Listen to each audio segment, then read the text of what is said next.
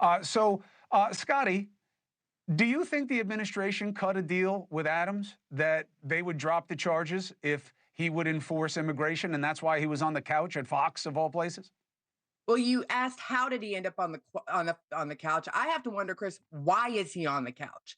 What is in it for Eric Adams to be partnering with the Republicans on this issue, both on the immigration issue as well as partnering going to Donald Trump's inauguration? What is he going to gain from it? And you cannot miss the Drop the timing of all of charges. this, that we have a mayoral election this year. So obviously he thinks that he has to win those Republicans. That momentum that got us across the party lines in the last election is going to affect his mayoral race. And he thinks that by having a bromance with Homan and every other Republican, it's going to help him be able to keep his office and his job.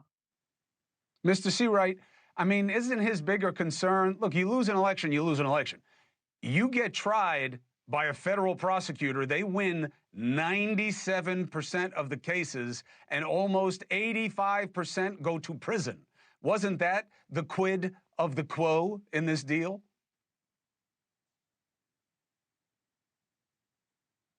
Antoine? Well, I I don't know. I don't stymied know him the with answer my to that. question. I don't want to make assumptions about what the mayor did or did not do. But here's what I would tell you. Let's take a step back. Take the mayor out of the picture. Immigration should not be viewed as a partisan issue. I think Democrats, Republicans, independents, and those who may not identify with any party agree that immigration is the issue that we should deal with in a bipartisan way, in a comprehensive way.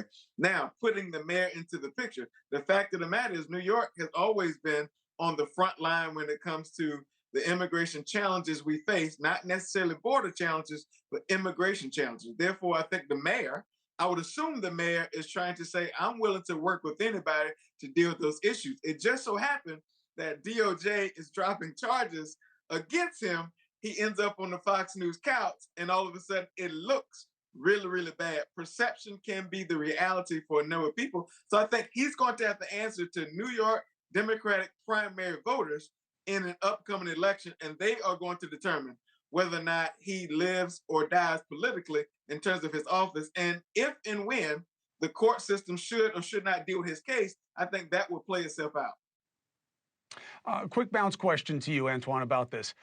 Governor Hochul has been rattling the saber a little bit, saying, I don't know what I'm going to do, because there is this weird part of the New York Constitution and a law that is attached to it that does actually allow her a mechanism to get rid of the mayor of New York City. I don't know why we still have it, but we do. But politically, doesn't that make her look like Trump, which is the Democrats are supposedly against him putting his thumb on the scale? I mean, shouldn't she just stay out of it and let the voters decide? I don't think she can, because I think you're going to see intense pressure called for him to resign. You're going to see intense pressure on her, who, by the way, will be up for re-election in 2026, from leaders from across the board to say you need to do something about this because you have the authority to do so. At the end of the day, I think the mayor's going to have to, one, follow the law. We can't operate above the law, but two, trust her political gut and listen to the constituents who put her into office, because she works for the people. And I think that is probably what she will use as her guide. Scotty, what do you make of Jamie Raskin's criticism that the baby's getting tossed out with the bathwater here? Consumer protection does a lot of good work. Getting rid of workers like they're all just numbers. This isn't Twitter. You know, a lot of these people are attached to essential services. You think they did, Elon's lack of government knowledge made him go too hard, too fast? I think he's... Oh, sorry. No, Antoine, let me get Scotty, and then I'll come back to you. Thank you. Sure. Go ahead, Scotty. Well, I think what he's trying to do is try to group two issues into one with this situation. Listen, you're right. It isn't private business. It's taxpayer American dollars that are funding all of these different levels of bureaucracy, all these different groups that is supposedly being targeted by Doge right now. And while, yes, I did appreciate you saying that there's so much out there right now, who's to say the truth and the fact checking is going on? That's a full-time job, which most Americans don't. So they're going to news sources like NewsNation to find out what is actually being found, what is corrupt. But I think across the board, whether you're Republican or Democrat, you have to be upset that there's this level of wasteful spending happening not only domestically, but internationally. And so as a member of Congress, that's one thing you're not hearing the Democrats say.